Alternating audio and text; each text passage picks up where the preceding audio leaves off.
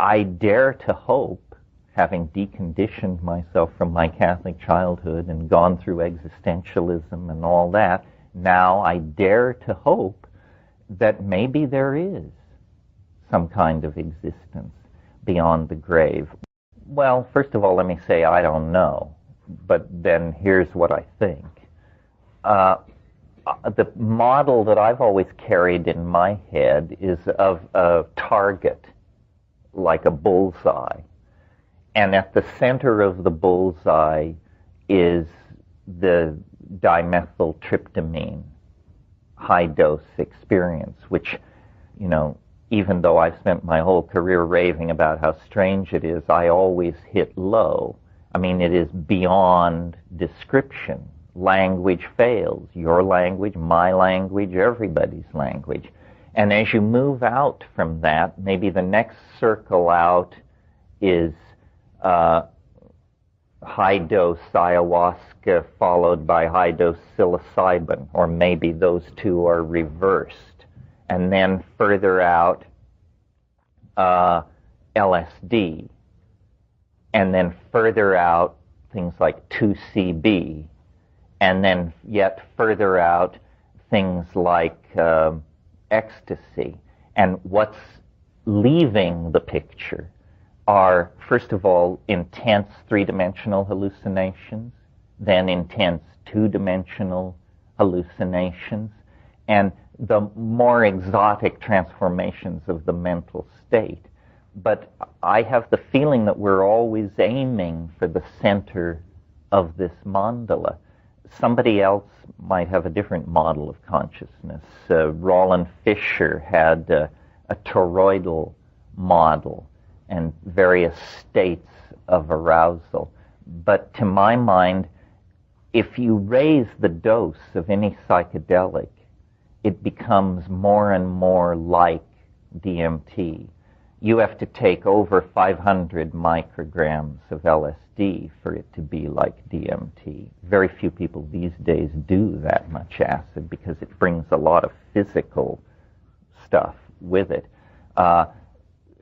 Ayahuasca at moderate doses is the classical hallucinogen of Amazonian shamanism that you've all read about. But double that dose, and it becomes indistinguishable from DMT. Same with psilocybin. If a 5-gram trip is a classic psilocybin trip, an 8-gram trip is like a DMT trip. So now some people are saying of alpha-salvinorin that it's much stronger than DMT. It's much more frightening and bizarre. Just to save my sanity, I choose not to believe that. Because I've been saying for years, if there's something stronger than that, I don't want to know about it. Because that definitely pushed me as far as I wanted to go. My son, I think, has more experience with all of this than anybody else I know. And I said to him, where would you put it? And he said, it's almost as strong as DMT. And so it's sort of like that. But then over this set of values and comparisons I've just made, you have to overlay the fact that like your blue eyes, your height, your body weight, your intelligence, and everything else about you that makes you unique, your inherited allotment of drug synapses is unique. And this is why some people are sensitive to drugs, some people insensitive, some people extremely sensitive. And one of the things about exploring consciousness with substances is you have to sort of learn what works for you. You may have gotten the idea from hanging out with the wrong people that the way you explore drugs is by doing as many as possible and in as many combinations as possible. I couldn't do that. I have never done that, and I can't do that. My body just can't take it. If I want a more intense drug experience, I take more of one drug. But part of exploring this area is to learn what works for you. For example, the most dramatic and easy to understand example, I think, is cannabis. Most people, after a preliminary brush with cannabis, which may last years, tend to decide that it somehow interferes, or that they have memory problems or feelings of social paranoia, and abandon it.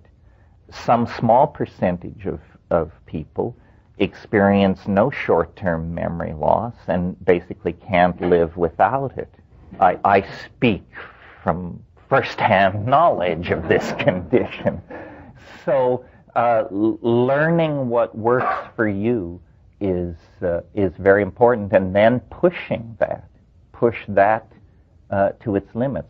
What fascinates me, I'll just unload my personal opinion on you, are the tryptamine hallucinogens.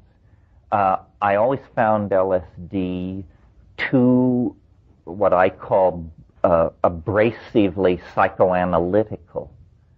I don't want to endlessly reflect on my childhood upbringing and whether I'm a good or a bad person. I mean, I'll do a little bit of that, but I think I got that under control. I'm not interested in myself in quite the way some people are interested in themselves. What I'm interested in, and what's always been the holy grail for me, are visual hallucinations. And people have said, you're a nut on this subject. But the reason I'm so into visual hallucinations is because when I'm seeing something that I could not previously have even imagined, then I am completely convinced I'm in the presence of an other, because I couldn't think that up, and yet I'm looking at it. Low doses of psychedelics, or moderate doses of psychedelics, transform the quality of thought. You think faster, think deeper, think odder, think broader, but you need more for that to burst through into hallucination. And that always has fascinated me it's just, I guess, in my personality. I was thinking some months ago about the books that have really influenced me in my life, and we try to make a respectable list that makes us seem profound. So, Moby Dick, Finnegan's Wake, Whitehead, say, okay, that's the public list. What are the real books? Well, Bartholomew Cubbins and the 500 Hats, that was the biggie. But a really important book for me was a little book that Aldous Huxley wrote almost as a throwaway. I'm sure he barely gave it a thought. It's a book called The Art of Seeing. Seeing. And it basically, the message of this book can be given in one sentence. Pay attention to what your eyes are telling you. The eyes are it. And it's the visual thing that is so thrilling, so sexy, so infinitely deep. And in that book, Huxley tells you how to look at a painting by basically clear your mind, open your eyes, stand still. That's very important when viewing paintings. Stand still and let it come in. And then he gave advice. And, this is advice which I've seen acted out in both of my children. Incredibly simple advice in the world of child rearing, and incredibly important. And the advice was, draw from nature. Literally, with a pencil. Draw things. Because drawing things forces you to look at them. And don't draw from pictures. If you want to draw a bowl of fruit, get a bowl of fruit. And then what you look at is you see how, you say, oh, I see, when an object is red, its shadows are not black, its shadows are deep pink. And when an object has this curvature, then it spreads light around itself like this. And as you learn to look, this is a very impersonal process. You're not thinking about your childhood traumas or any of that stuff. You're really getting into the world, and this is how the world can communicate back to you. The world is something to look at, and that attitude in the presence of psychedelics will throw open a cornucopia of riches to you. Did you want to say something? Yeah, I was just curious. You said what about? Oh, well, I mean, cannabis is in a different category. I mix cannabis with air, with light, with being awake, with being asleep. There was a period in my life when I used to awaken at 3 a.m. in order to smoke because I couldn't go from 11:30 to 6 without it. I mean, granted, I was in Asia and the rules were different. No, I don't know what life is like without cannabis. I hear there is such a thing. But no, what I mean is, I know people who say, well, we had a really far-out time Saturday night. We did 120 milliliters of ketamine and followed it with ecstasy a half hour later, and then we broke out the nitrous, and somebody had a little 5-MeO with them, and then I say, how was it? They say, far out. And I don't doubt it for a minute. I think I don't want to go any place that I can't find my way back to, because I might want to show somebody. And, it's sort of like the multi-body problem in mathematics. You can calculate every point in a system if there are only two bodies, but you only have to add a third before it becomes beyond calculation. And drug synergies are an absolutely unexplored area. You cannot go to the medical literature and find any papers on what happens when you combine LSD with 2CB. There isn't such a paper on this planet. So if you're going to do that, just know that nobody has ever been there before. And I don't mean intellectually, I mean physiologically.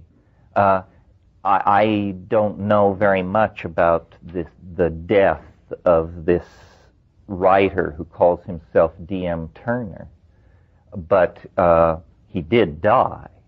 And his book, his best-known book, is a book that I felt was completely irresponsible because it advocated these multiple synergistic drug doses, stuff like I just said. 2CB plus ketamine plus nitrous plus E plus this plus that. That's not how I would do it. I say, single pure substances, and if you're unsatisfied with the experience, as Dr. Leary used to say, when in doubt, double the dose. But he didn't say, when in doubt, empty the medicine cabinet. Just double the dose. Thank you. And Tim was a pretty reckless and wild-ass kind of guy, so if he took that position, I think we don't have to be ashamed to line up behind that. Yeah. Ketamine. It has a lot of enthusiasts. First thing, the most effective way to do it is by injection. Automatically, this raises flags of alarm for me. I just somewhere picked up the idea that banging things is a bad idea. But let's move past that, because it can be snorted. And anyway, ketamine is what's called a dissociative anesthetic. It is not an alkaloid. It is a veterinary anesthetic. In other words, if you have a racehorse and you need to wrap its tendon or work on it in some way, this is the drug of choice. I cannot deny that the experiences that I had, and I only had 5, were very, very interesting. I always did it in the presence of a physician, and I always did quite, as I understand it, quite high doses. In other words, I did around 140 milliliters. Milliliters. One of the things about ketamine is it's active over a huge range. Some people who roll it into their lifestyle tend to do small doses, like 40, 50, 60. When used as an anesthetic in pediatric surgery and stuff like that, 600 milliliters IV push, that would be like being hit by a freight train moving at 10 times the speed of sound. You would never know what hit you.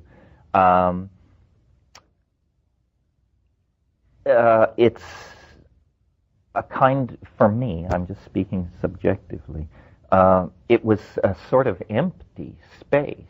It was a light-filled space, and the metaphor that came to me was, it's like a new skyscraper, and they don't have any tenants.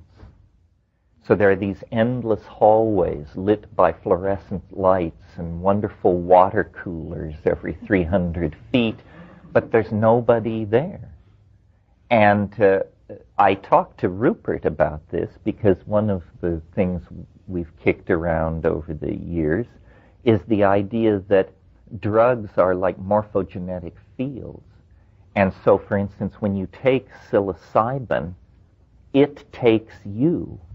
And in a sense, you are participating in every psilocybin trip anybody ever had. And because it was taken for thousands of years by Mesoamerican shamans, it's been decorated by them, in a sense. It has their mark on it. And so the morphogenetic field is extremely stable.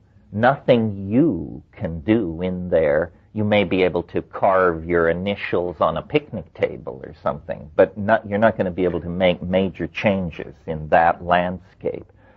But suppose you're a drug chemist, and suppose you read one of Sasha's papers where he tosses out the thought that the O-methylation in the 4 position of the trimethoxy isomer of the this and that might be hallucinogenic, and you make it.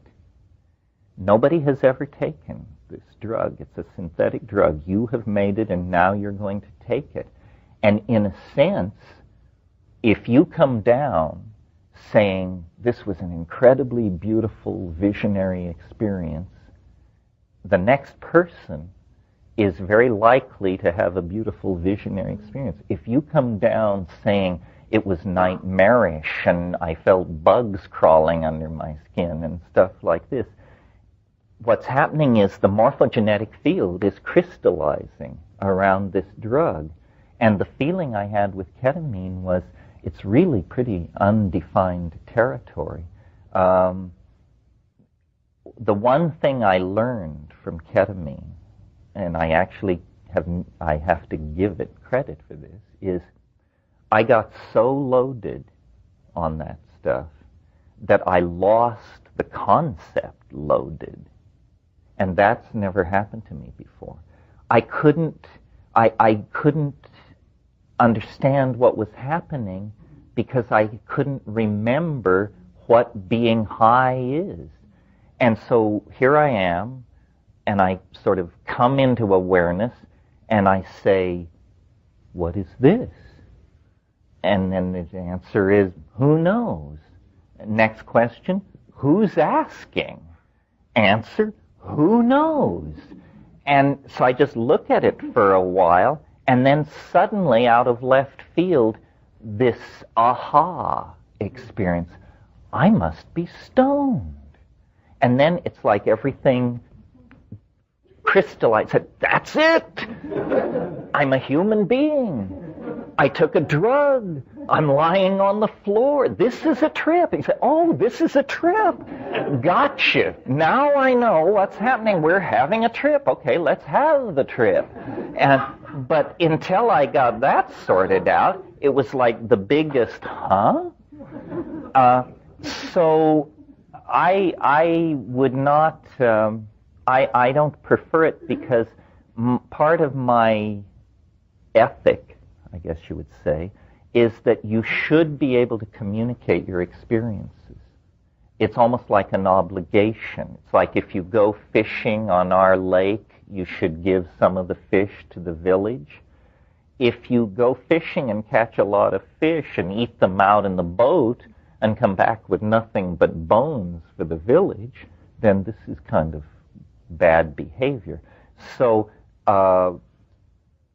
I stay clear of ketamine. I have a bias, it used to be stronger, against synthetic substances. But again, in fairness, I have to say, these drugs, people have different kinds of experiences. Like I've said to people on ketamine, you don't really hallucinate in the way that I want to hallucinate. People say, oh no, I had fantastic, it was beyond DMT. So again, the individual thing. And then what's the final thing? And then just physical things about ketamine. I don't like a drug so strong that the house could burn down around you and you would never bat an eye. And that could certainly happen on ketamine. At height, you have not a clue. They could remove your head and you would not bat an eye. And the other thing I noticed about ketamine is it really sticks to your ribs. In other words, the experience lasts an hour, you come down, but the next day you're driving on the freeway and comes a wave where you say, oh my God, you know, what is this? And I think it sequesters in fatty tissue or something. And so that makes it a little dicey. Hope I didn't rain on anybody's parade here. The people who are into it are passionately into it. I accused one guy one time of being a monopharmaphile. I said, my God, you know, you won't take a drink, you won't have a hit, you won't do... But this stuff, 5 times a day.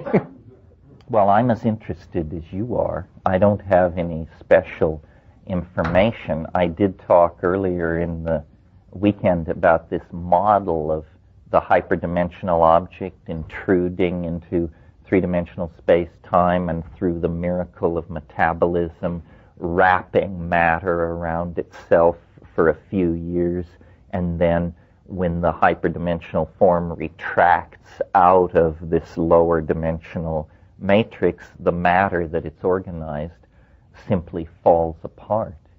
I like that model.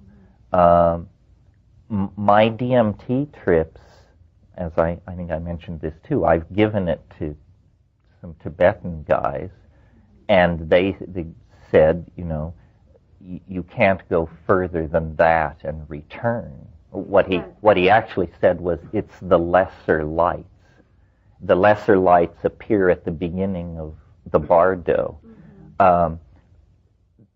The thing about DMT, and we didn't talk about it much this weekend, is that it is an inhabited space.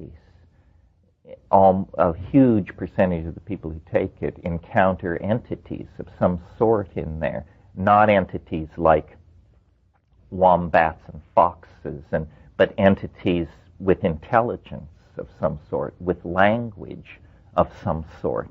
Well, remember I talked about the principle of parsimony, of preferring the simplest explanation first?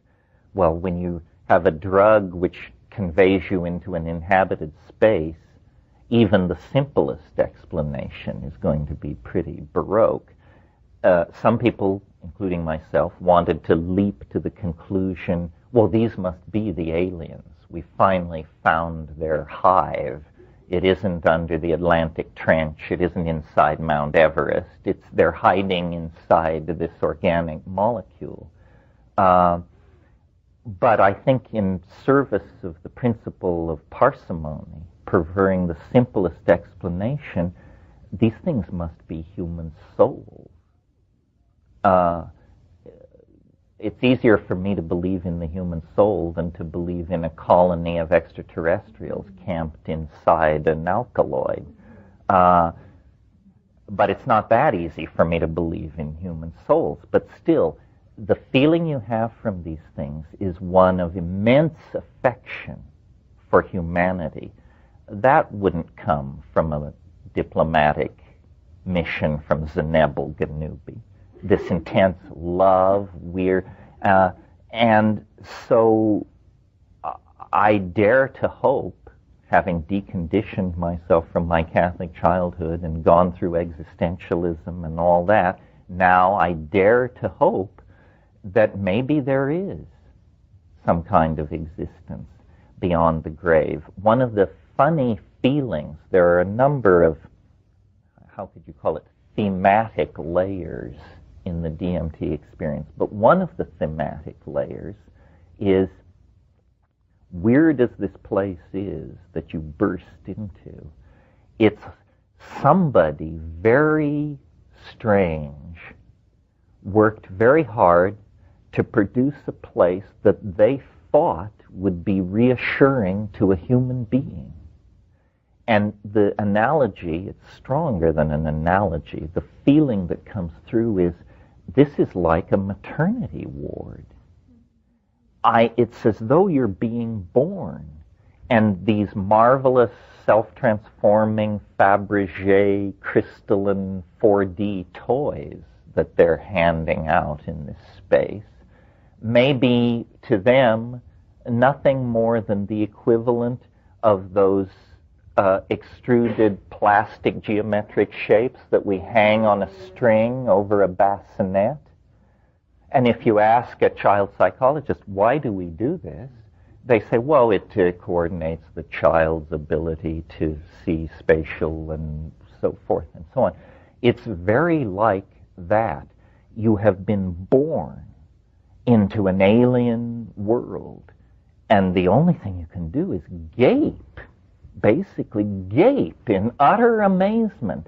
And everyone is surrounding you, and they're saying, welcome, it's okay, be happy. Well, then if it is like a maternity ward, then one can know as much about whatever universe that is as one could deduce about this universe from looking at the four walls of a maternity ward in a small hospital in, say, Salinas. In other words, if you were to actually die rather than smoke DMT, then if we follow this model, then you would be in that place, but there would be no going back to this world after 5 minutes. Instead, there would be the next 5 minutes in that place, followed by the next 5 minutes. And I can tell within hours you would be beyond the reach of all anything you have ever called humanness or thought of. In other words, this isn't a world where one comes back and whispers in the ears of people and bangs doors in the middle of the night. It appears like once out of the body, this incredibly enfolded and compacted field called the soul begins to unfold into its death rite, I suppose you could say. And quickly one would become incomprehensible to this world, and all that is retained is the affection for us in our limited situation. Of course, thinking along these lines, I've looked at the literature of near-death experience. What those people are describing is something far more mundane than a DMT trip. Either they are dumbing down the DMT trip and suppressing the oddness of it, or they're having a quite different experience, because what's being said in the near-death thing, generally, is a tunnel, and then loving relatives, reassuring and familiar people. The DMT thing is a tunnel, but it isn't loving relatives waiting at the end. It's a welcoming committee of professional midwives, and they help you through. So I would suggest, without great heat, that if we want to study the near-death and after-death experience, that actually you come far closer to dying, whatever that means, on DMT than you do in drownings and things like that. Well, any situation can be looked at from a point of view that reveals the whole fractal. In other words, what it's saying is experience is holographic on one level, but linearly sequential on another level. In a way, this leads into, or this is a continuation of this discussion of death, because if we leave off the historical modeling and turn toward the modeling of an individual life with the time wave, then again, there is a message of hope. It says the most novel and amazing thing that will ever happen to you is the last thing that will ever happen to you. And I would like to believe that. I would like to believe that we gather our experience, we become wiser, we meet people, life becomes more novel, we have children, they have children, we have success, we have failure. Our life, you just get, if you're living right, your life should just get more and more baroque, beautiful, complicated, mysterious, and then you die. And then it really gets interesting. That's what this all seems to want us to believe. Let's put it that way.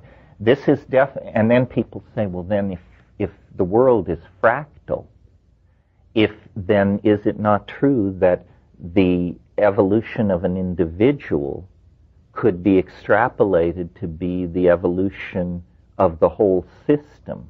And then that leads to the mildly unsettling possibility that what this great transition we're moving toward is not T1 for everybody, but D1 for everybody. In other words, death. Death is the thing that really stirs us. We don't know what it is.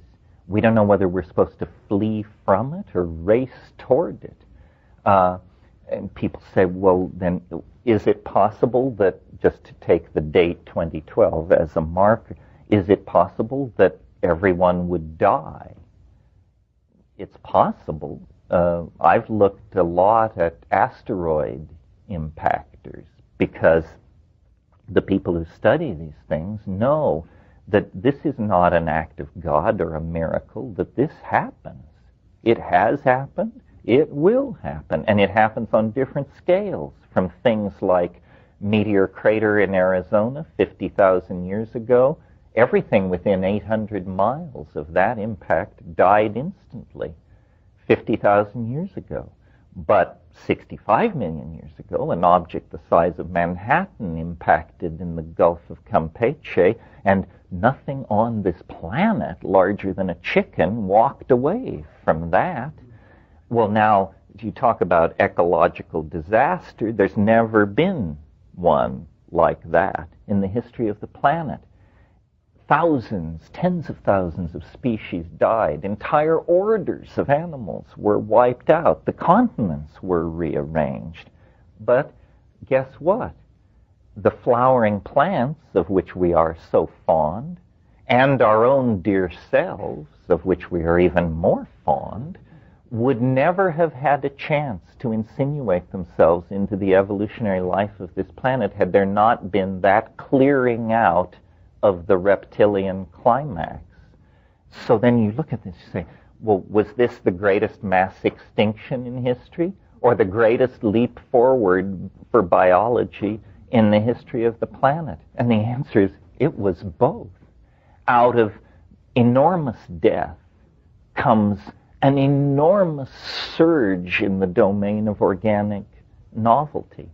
I prefer to think that it is not a planetary catastrophe or a mass dying. And I'll tell you why. And this is a place, now we're working from the notebooks.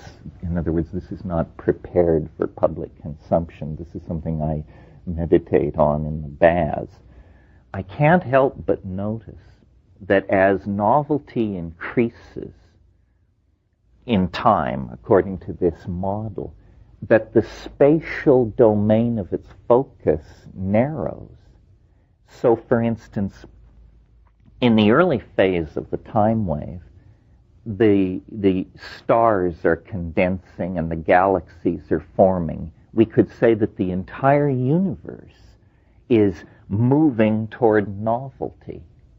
But once carbon chemistry appears, the cycles of fusion in stars and production of heavy elements and things like this are stabilized.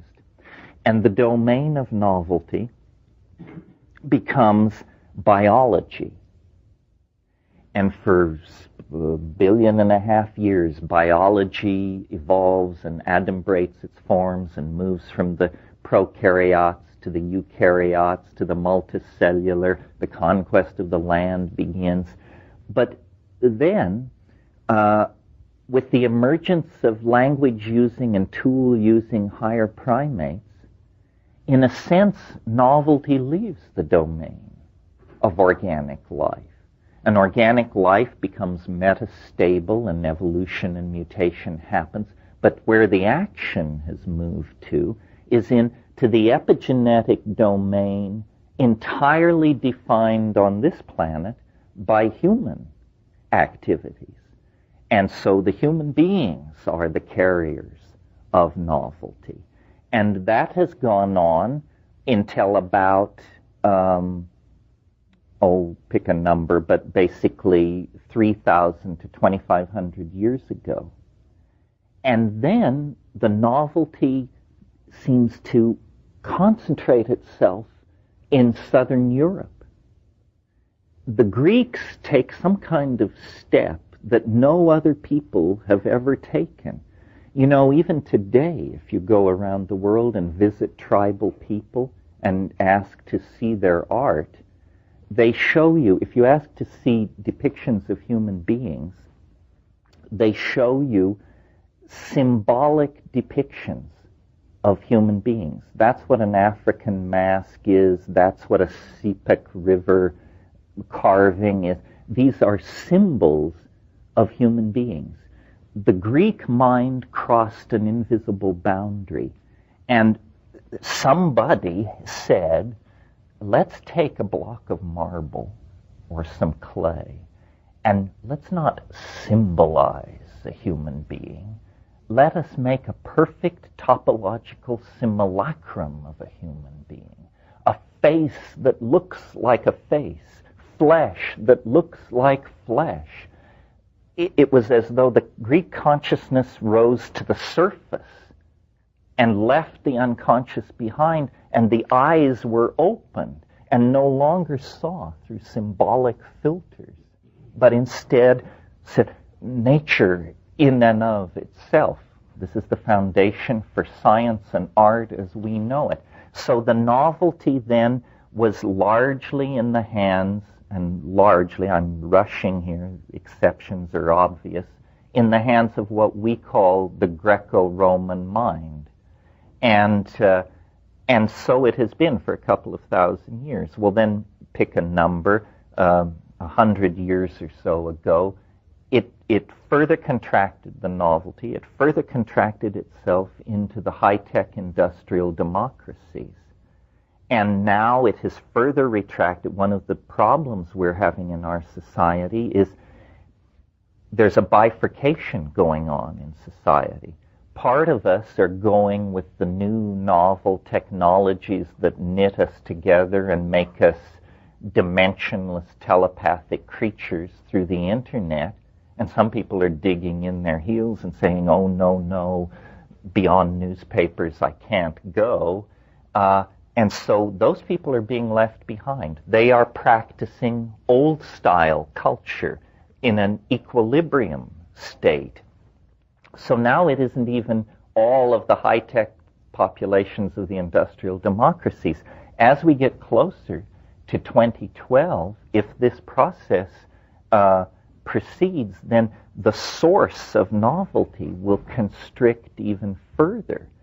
And I guess it may eventually come down to one or two people or a group of people, and maybe those people will make a machine, and then the machine will be the source of the novelty, and all of us will be put out to the pasture of equilibrium and maintain the rest of the world as it was, but the novelty will have focused to some kind of incredibly intense point. And so, looking at it from that model, it's hard to see how it could be an asteroid impact or something like that, because that would affect all biology, all geology. It would completely violate this long-standing tendency of the novelty to concentrate itself. Well, now the Buddhists have an interesting perspective that maybe has something to do with this. There are many schools of Buddhism, and I don't want to get into that, but there are schools which hold the following doctrine, that if a single person could attain enlightenment, then all sentient beings in the cosmos would attain enlightenment instantly. In other words, that only one person or one being has to break through the boundary for the entire state system to collapse and rearrange itself. It's December 21st, 2012, and through the worldwide VRML hookup of the internet, everybody with an IQ above 10 has gathered in the great collective space to witness the first attempt to send a human being through time. And at the World Temporal Studies Institute at La Chorrera in the Amazon, the president of so-and-so makes a speech. The lady time traveler makes a speech. She straps on her helmet. She steps into the machine. The fanfare for the common man is played. A button is pushed. And off she goes into the future. Now, what has always been put against time travel schemes is what's called the grandfather paradox. And this is easy to understand. It goes like this. If time travel were possible, I could travel back in time and kill my grandfather. If I did that, I wouldn't exist, so I couldn't do it. Therefore, there's a closed loop of paradox. Therefore, time travel is impossible. I put this to the mushroom, and it said, well, time travel is possible, but you can only travel backward in time as far as the moment of the invention of the first time machine. You can't travel further back in time than that because there were no time machines before that. So it's a kind of barrier. Well, so then I thought, so then here was my model of what would happen when the lady temponaut sails off into the future. Let's forget about her and ask the question, what happens next in our world? And my first guess was what happens next is thousands and thousands of time machines arrive from all points in the future. They have come back through time to witness the first time machine take off.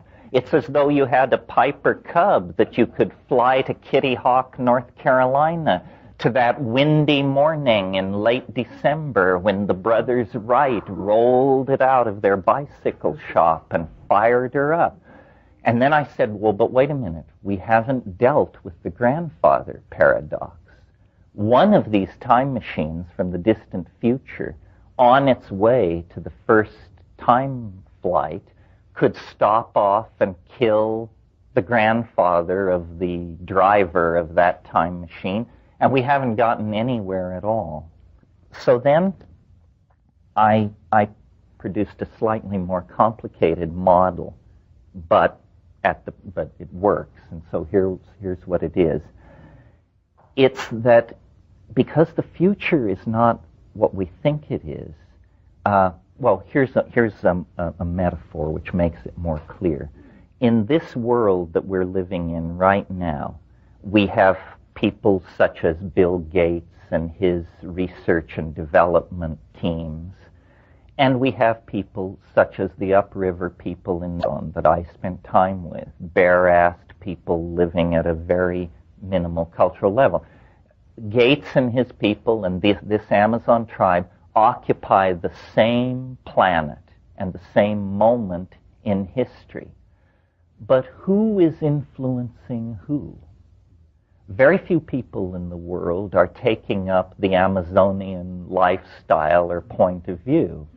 Millions and millions of people are going Gates' direction, and more will. So what I concluded from that is that advanced states of culture tend to squeeze out or mitigate less advanced states of culture. Now let's return to the time flight. What happens when the lady temponaut goes into the future is not that time machines arrive from all over the future. What happens is that the entire rest of the history of the universe happens instantly.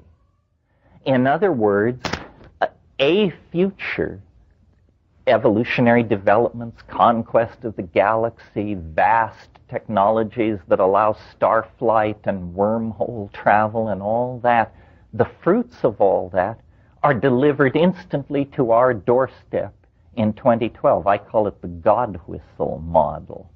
In other words, we end the whole thing. We collapse the state vector, and everything goes into a state of novelty. And what happens then, I think, is the universe becomes entirely made of light. This is a sort of the cherry on the cake. You know that there is something in physics called the principle of parity. This is that particles can appear out of nothingness as long as they appear in pairs, such that after a certain period of time, the two pairs are not the two the members of the pair encounter and annihilate each other. And when this happens, physicists say parity is conserved. Now, it's known in quantum physics that there is a phenomenon called vacuum fluctuation. Vacuum fluctuation is a situation where in absolutely empty space, suddenly out of the quantum subspace, particles jump into existence. They follow trajectories, they encounter each other, they annihilate each other, parity is conserved, and so it's okay. It's okay. Well, so then you talk to these quantum physicists and you say, well, how large can one of these vacuum fluctuations be? And they say, well, most of they last milliseconds, nanoseconds. You say, well, is there a theoretical upper limit on the size of a vacuum fluctuation dictated by theory? And they say, no. It's simply that the longer the fluctuation lasts, the rarer it is. So in other words, the longer a fluctuation lasts, the less likely you are to encounter one. Well, then you say, well, is it possible that this entire universe is such a vacuum fluctuation? You say, well, yes, but that would be very rare to have such a long one. You say, well, hell, you only need one. Calculating the probability of a unicate event is a fool's game. I mean, it's either 100% sure or zero sure. So here is a model, and I took this from the Swedish physicist Hans Alfvén, who hasn't gotten enough credit, but who's really a very interesting thinker. Imagine that the universe is this kind of vacuum fluctuation, a 17 billion year long vacuum fluctuation. Well, what it means then is that at the Big Bang, not one universe was born, but two. And they sailed off into superspaces and have no connectivity with each other, or they have Bell non-local connectivity or something. But anyway, they are distinctly separate. But they are, unbeknown to each other, on a collision course with each other. Parity must be conserved eventually. And a model like this holds open the possibility of the instantaneous transformation of the entire cosmos, because the collision of these two universes would not occur in three-dimensional space. It would occur in a higher dimensional space. So this cosmological model holds out the possibility that all matter in the universe could be instantaneously canceled in this encounter with the antimatter twin that was born at the beginning of the cosmos. Okay, if you're still following, we're almost to pay dirt. Every particle known to physics possesses an antiparticle, which is locked into this parity-conserving thing I've laid out for you, with one exception, one astonishing and amazing exception.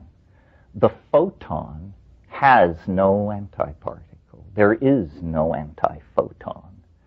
So this universe that is on a collision course with itself in hyperspace, at the moment of the conservation of parity, all matter vanishes. And what is left is a universe made entirely of light. And we have no model or I have no model for a universe made of light. There would be no gravity, because gravity is a property of matter. Such a universe could be modeled. And then the question is, well, then what would happen to forms? What would happen to your body, my body, this planet? The answer is, no one can know.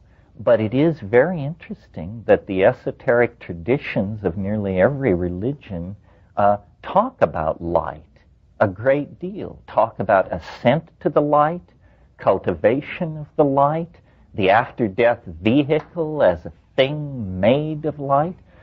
So I just put this out here because it occurred to me. My imagination, in an effort to make the assumptions of novelty theory congruent with the known laws of physics, I discovered, this sounds like wild hair stuff, but no violation of the known laws of physics is involved in this scenario.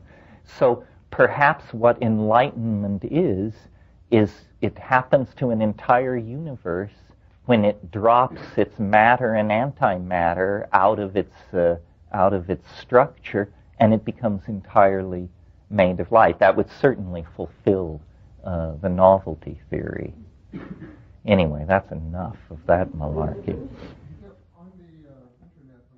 Well, you see, the way the novelty theory is structured is you have this wave, and it is iterated on different scales. And iteration, if you have a given level, let's call it A, Above A is a larger level that is A times 64. Below A is a smaller level that is 1/64th of A.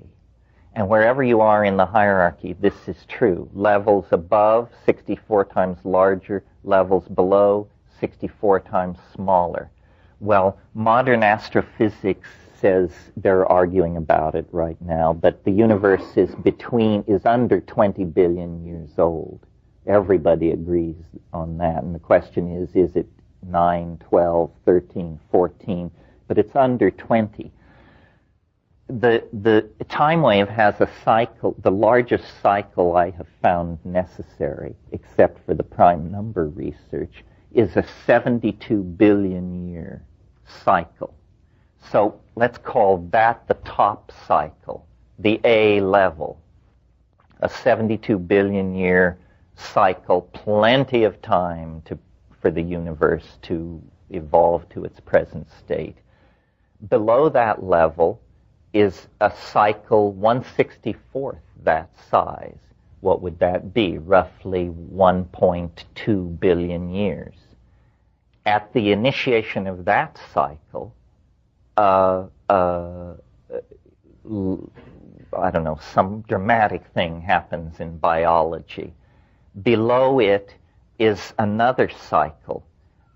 If the B level is 1.2 billion years, then the next level is 1/64th of that. I think it's roughly 275 million years.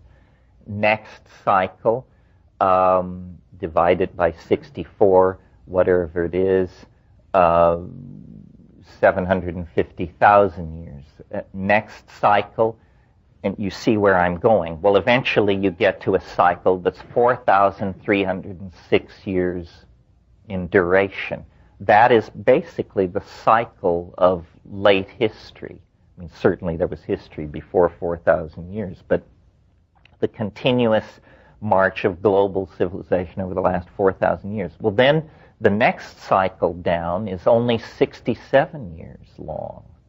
And I mentioned it last night, from 1945 to 2012. Each cycle begins with a bang, literally. Below the 67-year cycle, there is a 384-day cycle. And that will run from late 2011, somewhere in November 2011, to the end of 2012. And I call that the year of the jackpot. It's a 13-month year, but the entire history of the universe will be reprised in that 384-day period. Well, then comes a 6-day cycle. By this time, either I will have gently bowed out, or the entire world will be aware of what is happening, because the novelty will be so intense. Imagine a 6-day cycle in which the entire previous 67-year, 4,306 year, up to the top level, are all being compressed and replayed in 6 days. Well, then comes the hour and 35-minute cycle. Then comes the minute and a half cycle.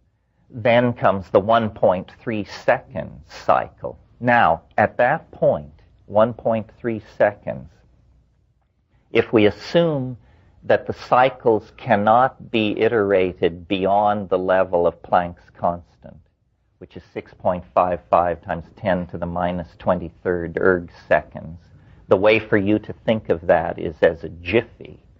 It's the grain of the universe.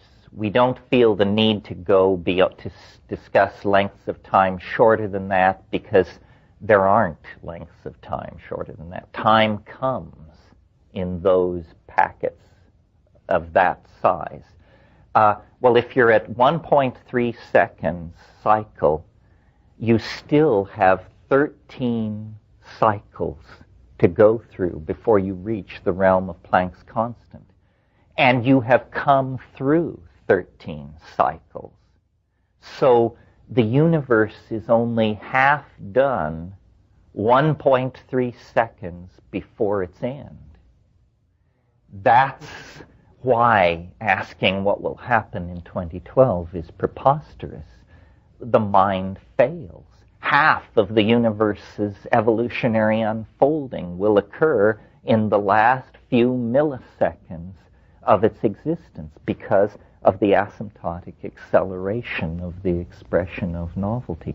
So it's this thing which began very gently, very stately, the march of the atoms, the condensation of the stars and the galaxies, the emergence of biology, the emergence of higher animals, the emergence of, and just into then a screeching photo finish where all the stuff is bundled together, squeezed together, connected, transformed, lifted into higher dimensions. And see, this is not a process we can take responsibility for or discuss our guilt or innocence. This is the cosmos itself tearing loose from its previous constraints and moving ever faster toward ever greater freedom with ever more appetite and momentum until it achieves its goal, which is infinite novelty throughout all space and time, holographic connectedness, God-mindedness, whatever your vocabulary is, yeah. Oh, yeah, this is a completely legitimate move. I mean, it's mind-boggling to think of this in human scales of time, that half of the universe's becoming occurred in a few milliseconds. But dig the fact, that is the position of orthodox physics as we sit here. It's simply that they say it happened at the beginning.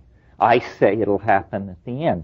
What they're saying in physics now is that the universe came into, the Big Bang occurred, and then a few nanoseconds after the Big Bang, there was this thing called the inflationary expansion phase.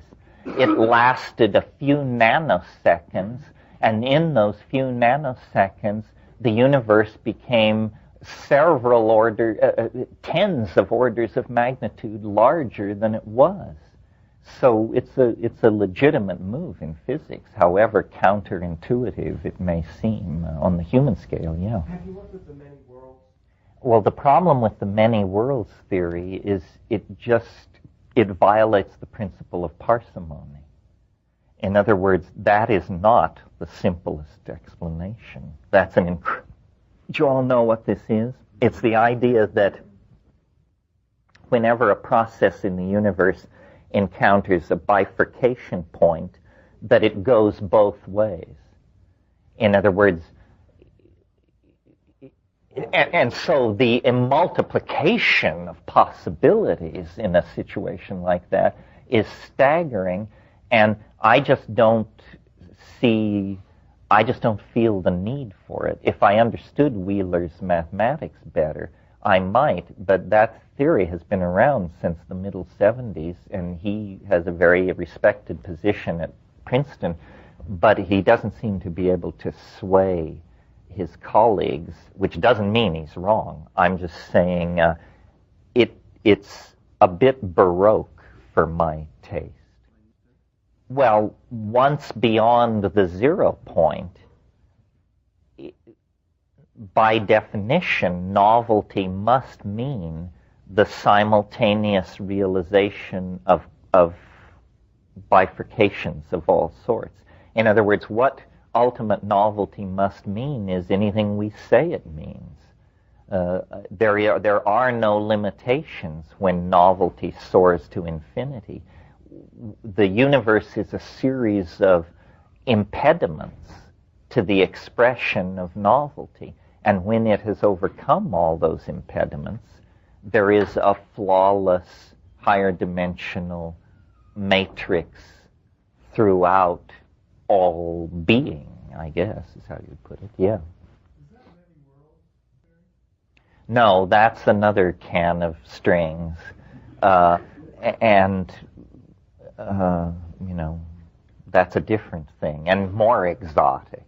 There's a lot of this stuff going around. I am by no means the strangest cat on the block. Is this guy Alan Guth? Have any of you looked at his website? This is a guy who's being paid a salary by MIT, for God's sake. And his thing is all about making universes. And he says we can make universes and put them on the shelf. You know, made this one in February, botched that one in March, and talks about how the ultimate proof of the direction in which modern physics is moving is to make a universe. After all, if they begin from an area smaller than the diameter of the hydrogen atom, a major laboratory could just stamp them out like hotcakes. Of course, the question is, what are they good for? What do you do with a universe once you've made one? But as an exercise in the imagination, take a look at what this guy is into.